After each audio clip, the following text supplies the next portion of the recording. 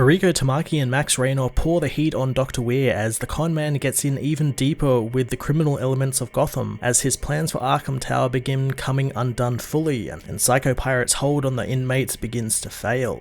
Mariko Tamaki continues ramping up the tension in her fantastic Shadows of the Bat storyline, continuing to make Tobias Weir a likeable shithead who keeps making things worse and worse for himself, this time getting the full attention of the Penguin, the Party Crashers, and even the Bat family, who keep on investigating the strange missing time many of the nurses and staff in the tower seem to be having. I just love how Tamaki's slow build throughout the book is going, building tension so well as we learn a little bit more about these characters, who's working for who, how things are factoring in, like the Party Crashers and Penguin all having some type of money tied up in the tower. It's all really great, and we also get to see the cave, something James Tynion set up in his Batman run, finally get retired in a really great cliffhanger that ups the stakes for lots of our characters, specifically the Bat family and the characters outside of Dr. Weir. Max Raynor continues his excellent work on the series with more character-focused artwork this time round. I love how well his panel layout adds to the tension of Tamaki's plot, and the flow of his panels is so natural and easy to follow. Detective Comics issue 1053 continued digging our antagonist into a deeper hole, ratcheting up the tension with more fantastic detective work from the Bat family, all leading to a great and action-packed cliffhanger ending. I'm going to give this issue a 10 out of 10.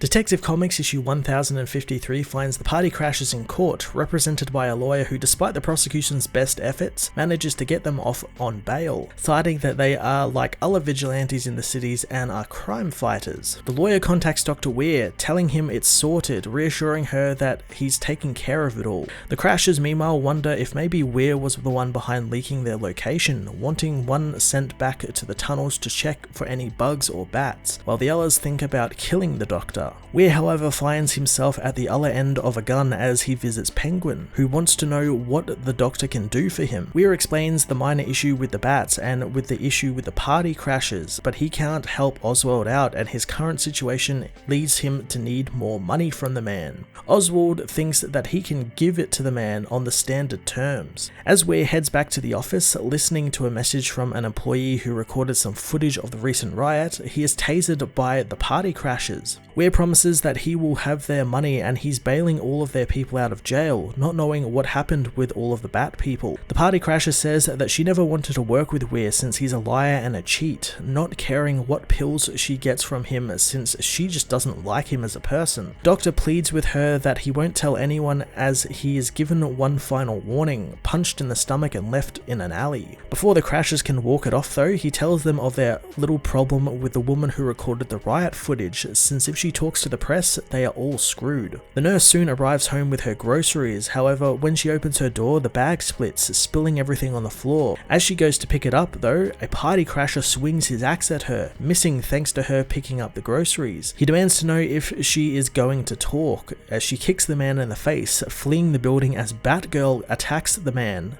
kicking him around the street. Batwoman meanwhile talks with Deb Donovan, asking if she's heard from her contact who had the riot footage from the tower, footage she doesn't even remember taking. Deb reveals that the contact was attacked, so Batwoman returns to Oracle with the info, learning the Party Crashers were bailed out by some offshore corporation with possible ties to the Penguin. She wonders if Deb's daughter, who is a judge, can look into it, but Kate thinks that she could, but they don't have any concrete evidence to back up their plan. Even with a case pending about the drug connection, and Nakano is still going to go ahead with the next phase of the tower since he likes the messaging it is sending to Gotham, and doesn't want to be seen as backing down from anything. Dick meanwhile goes about his job as a tower janitor, meeting with a few of the nurses and talking about Mary, the nurse who recorded the riot footage. The others find it weird that she's disappeared as well, hearing she saw something that happened to that red-headed guy in the ICU. Dick knows they are talking about Nero going to visit the injured villain, learning from a nurse people say he fell down some stairs, but she knows it looks like someone went at him with a bowling ball. Dick knows who did this, visiting Huntress,